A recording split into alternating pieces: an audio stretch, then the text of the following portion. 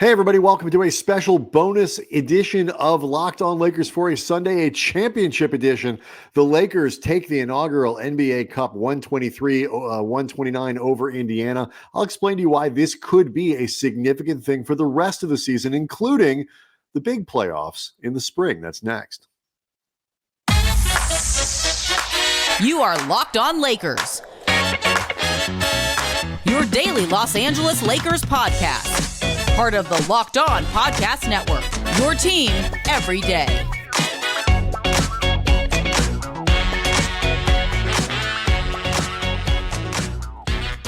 Thanks to everybody for making Locked On Lakers your first listen of every day, Monday through Friday, no matter how or where you get your podcast. This one's always free, never behind a paywall. Locked On Lakers on YouTube is where 22,000 subscribers to the channel are hanging out, talking about the Lakers winning the inaugural NBA Cup 123-109 in a game with a ton of intensity, a definite playoff atmosphere. I saw a few people who were in the building compare it to a Game 7 type atmosphere. Really, two teams that were definitely laying it out and leaving everything on the floor as if this was a real playoff game. Andy is working tonight. He's doing the post-game show for ESPN, 710 ESPN in LA, the Lakers station. So I will handle this part of it. It was a really fun game and one that the Lakers essentially controlled throughout. They could not put Indiana away. The Pacers played very hard, as you would expect that they would. They played like a team that absolutely wanted to win this thing and had been trying to put themselves on the map throughout this process. Certainly Tyrese Haliburton, if there is a star that has arrived in the NBA early this season that perhaps, now I'm not talking about like Wemby or guys like that everybody's been anticipating, but somebody who's been here a little bit, Tyrese Haliburton's in-season tournament play has made him a much more high-profile player to more casual NBA fans. So, this was a Pacers team that absolutely wanted to win this thing. And so obviously did the Lakers. And this game, the defense is what put the Lakers over the top. They made the Lakers, two 3-pointers for this entire game. Two. And yet they won. And the reason is because they put Indiana in a blender. This is one of the league's best offensive teams, including the way that Haliburton had been playing. And the Lakers just locked them down the entire game. They forced timely opportunities to run. They gave themselves opportunities to get out on the break. They put a lot of pressure on Indiana throughout, forced a lot of bad shots that let them get running. But this game, back to front, this was an Anthony Davis game. 41 points, 16 of 24 from the floor, 9 of 13 from the free throw line, 20 rebounds, 5 assists, and 4 blocked shots. Doc Rivers on the ABC broadcast, the ESPN broadcast, said that he pitched a shutout defensively. It's hard to argue with that kind of framing. This is the type of Anthony Davis that when the Lakers have him, they are very difficult to beat. Because he is controlling things as much as he did on both sides of the ball. It was a tremendous thing to watch on Saturday night, a transcendent performance. Doesn't count in terms of statistical output or things like that. Nobody's going to, see the numbers anywhere. I guess maybe Basketball Reference and, the NBA's own website. This stuff does not count for the stats that go into regular season computing. The Lakers don't get a victory for this when they're still 14-9, but it's a significant win. And you look at it was really interesting to me how the Lakers treated this game, and they treated it like a real playoff game, like an elimination game, perhaps. Anthony Davis playing 41 minutes, LeBron playing 35. Russell played 32, Reddish 32. Austin Reaves was the only guy on the bench that got over 20 minutes of play. He had 28 points, 9 of 15 from the floor, 10 of 12 shooting. So Reaves was outstanding. The starters were excellent, but Darvin tightened the rotation here. Vanderbilt got 16 minutes. Christie got 16 minutes, but essentially Lakers were playing what amounted to an 8-man rotation. Hachimura only 9 minutes, Hayes only 7. They played this game. Expect to see something like this in spring. If these are the guys who are healthy, maybe Gabe Vincent gets a few more minutes or something like that. But you got to feel for what it could look like. And that to me is the most important thing about this tournament. I have no idea what people are going to say or think about the in-season tournament champions in 1 year, 2 years, 5 years, 10 years, heck, 10 days from now. I don't know what people are going to think about what it means to win this thing from like a global NBA perspective. No clue. Not sure if it means anything. I can say the Lakers are the only team that get to find out because they're the only team that wins. But what I do think, and you heard LeBron talking about it, you heard Anthony Davis talking about it, D'Angelo Russell alluded to it before the game. He said this was like cheat code for the real playoffs. LeBron and the Lakers saw this as an opportunity early on to dress rehearse the real playoffs, to put them to practice, truly practice, getting in the mindset of playing games that are meaningful, that are significant, that are at a different level than a typical November or December regular season game. Now, look, you got to put some mental gymnastics into that because nobody really believes that this was Game 7. Nobody really believes that this was a Western Conference, a game that was just as important as a Western Conference Finals or something like that. But that's not the point. You don't have to reach that level of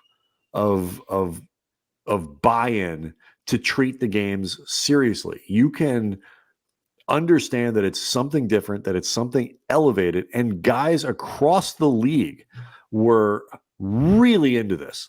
And that raised the level of what a team like the Lakers had to do to go undefeated, go 7-0 in this thing. They had to raise their level. They had to focus on a different level. And what you saw was something similar to how teams come together when they want to make a good playoff run.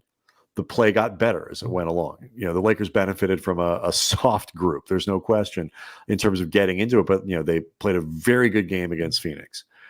They played a spectacular game to eliminate New Orleans on Thursday. And then they turn around against a very solid Indiana team that is up and coming and wanted this thing. And they control the flow of play. And they did it through defense, and they did it with, smart defense. Tyrese Haliburton, I don't think it turned the ball over in like 3 games, something crazy given the amount the time the ball is in his hands and the amount of distribution that he does. The Lakers turned him over twice. LeBron turned him over twice in the early minutes of the first quarter. That was the type of defense the Lakers were playing throughout this thing. They just pressured every shot. Indiana, on the night, shot 37% from the floor, 24.5% from the 3-point line. The only thing that kept them in this game was that they took 33 free throws, made 29 of them. So the Lakers managed to do this without hitting any 3-pointers. Really, they hit two. They didn't hit one until the third quarter.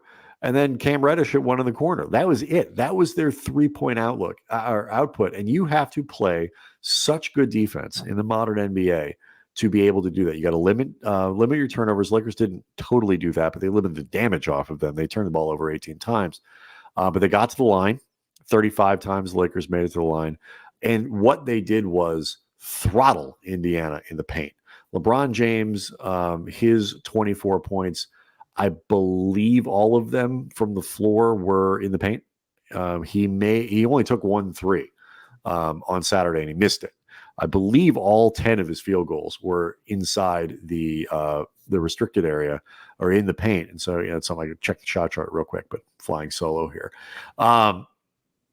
That is how you do it. Anthony Davis, again, 16 of 24, didn't take a 3-pointer. He was in the paint all night long. Austin Reaves finishing at the rim. He took 12 trips to the line. The Lakers figured out where their offense was going to come from, and they exploited that over and over and over again. And what I think is impressive about these last 3 games, Phoenix, New Orleans, and Saturday night against Indiana particularly, is the level of discipline the Lakers started to use, particularly defensively. We've been kind of waiting to see, like, what could this team look like? What does it look like when they get their players back? What does the potential ceiling of this team look like? And I think we saw it Thursday against New Orleans and Saturday against Indiana, particularly because that level of defense and the combinations the Lakers can put out. One of the things that I think is really interesting about this team is I 100% did not see Cam Reddish's contributions coming.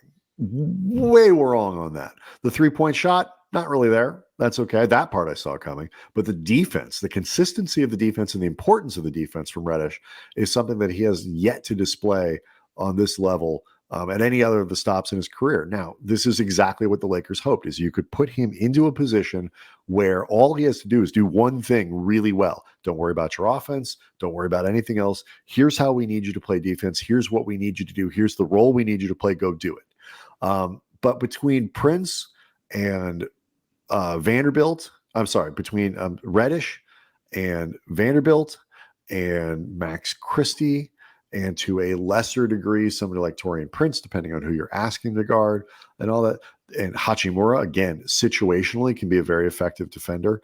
Depending on, the Lakers have the ability to keep a solid defensive team on the floor at all times. That's something that most teams can't do. The really elite ones can, but the Lakers can keep those lineups together so you have excellent defenders on the floor at all times. And, obviously when games are high leverage, AD is going to be the anchor of your defense playing, 37 to 41, 42 minutes in playoff games and stuff like that. So already you're starting as a plus, but you add in Reddish or you add in Vanderbilt, or in certain situations, maybe both of them, although I don't think you'll see a ton of that, but you can have Max Christie in there, who is a credible enough offensive player as a shooter and stuff. The Lakers have real optionality to put a solid defensive team on the floor for 48 minutes. And if you can do that, you can win a lot of games in the NBA. This game, as I mentioned, does not count in the standings, but it's still an important one for the Lakers, who I believe are 11-5 since that 3-5, 11-4, I should say. I think since that 3-5 start. And so they are quietly, and all but one, I believe, of those losses were on the second night of a back-to-back. So they are quietly putting together some really good basketball games, and I think took some important steps. Like, they got to really engage and feel like, what do we need to do? What does it look like for us to play playoff caliber basketball? So plenty to unpack. On Monday, the Lakers play again on Tuesday in games that count in the standings. That'll be against Dallas. So lots to talk about. Andy will be back for Monday's show. Before we go, though, I do want to let you know that today's episode is brought to you by Dave. At one time or another, we all need a little financial help. That's why Dave is great. It can get you cash when you need a hand between paychecks, help you build credit by settling extra cash advances on time. Look, we all need to, everybody's got to be careful with their money. Everybody, you got to take care of what you're doing and be, conscious of the money you're spending, where it comes from, and all that. But look, I was a freelancer for most of my adult life. I understand that it can be difficult between paychecks when you don't know exactly when the money is coming. Everybody has those moments of difficulty. Dave is the banking app, I should say, that's leveling the financial playing field. When you download Dave, you get up to $500 in 5 minutes or less. No credit check, no late fees. It's part of Dave's extra cash account. Advance the money you need with no interest and then settle up later. Download Dave today at dave.com/lockedonnba. That's dave.com/lockedonnba. You could get up to $500 in 5 minutes or less. No credit check, no late fees. Download the Dave app now or go to dave.com/lockedonnba. For terms and conditions, go to dave.com/legal. Eligibility criteria and instant transfer fees apply. Banking services provided by Evolve, member FDIC. Locked On Lakers also brought to you by Prize Picks. Prize Picks is the largest daily fantasy sports platform in North America. We're the easiest and most exciting way to play DFS. It's just you against the numbers. So instead of battling thousands of other players, including pros and sharks, you pick more or less than 2 to 6 player stat projections, and you watch the winnings roll in. With the basketball season here, in-season tournament, folks, is over, but everything else is still going on. You can now pick combo projections across football and basketball for the Specialist League created specifically for combo projections that includes 2 or more players from different sports or leagues. For example, LeBron James, Travis Kelce at a 10.5 combo of 3-pointers made and receptions. You can do that if you want. You want to play alongside some of Prize Picks' favorite players like rapper Meek Mill, comedian Andrew Schultz. You can now find community plays under the promos tab of the app to view entries from some of the biggest names in the Prize Pick community each week. So go to prizepicks.com/LockedOnNBA, use the code LockedOnNBA for a first deposit match up to $100. Again, prizepicks.com/LockedOnNBA, use that code LockedOnNBA for a first deposit match up to $100. Prize Picks, it's daily fantasy sports made easy. Locked On Lakers on YouTube, again, where you can go hang out with 22,000 subscribers. We will see everybody on Monday.